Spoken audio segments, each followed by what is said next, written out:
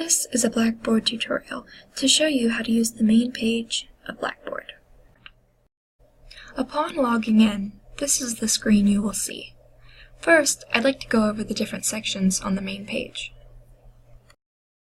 To start, there is this section to the left called Blackboard Help. Under this section, you can find links to frequently asked questions about Blackboard, as well as information for Pierpont's IT department.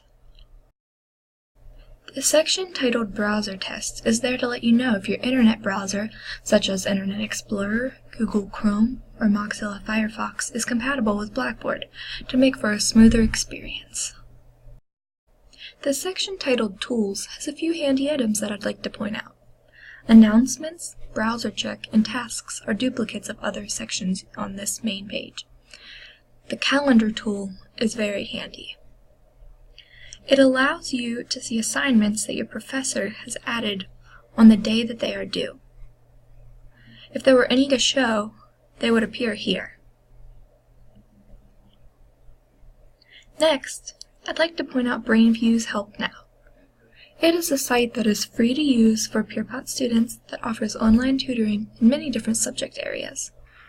For example, I will connect with an algebra tutor.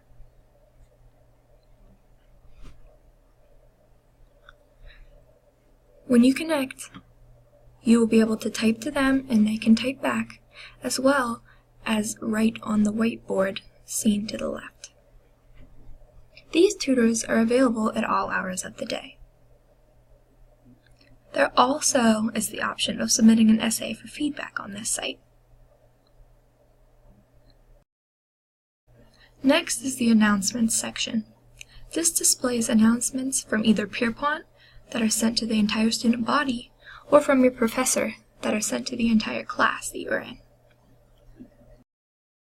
The My Messages section is below the announcements.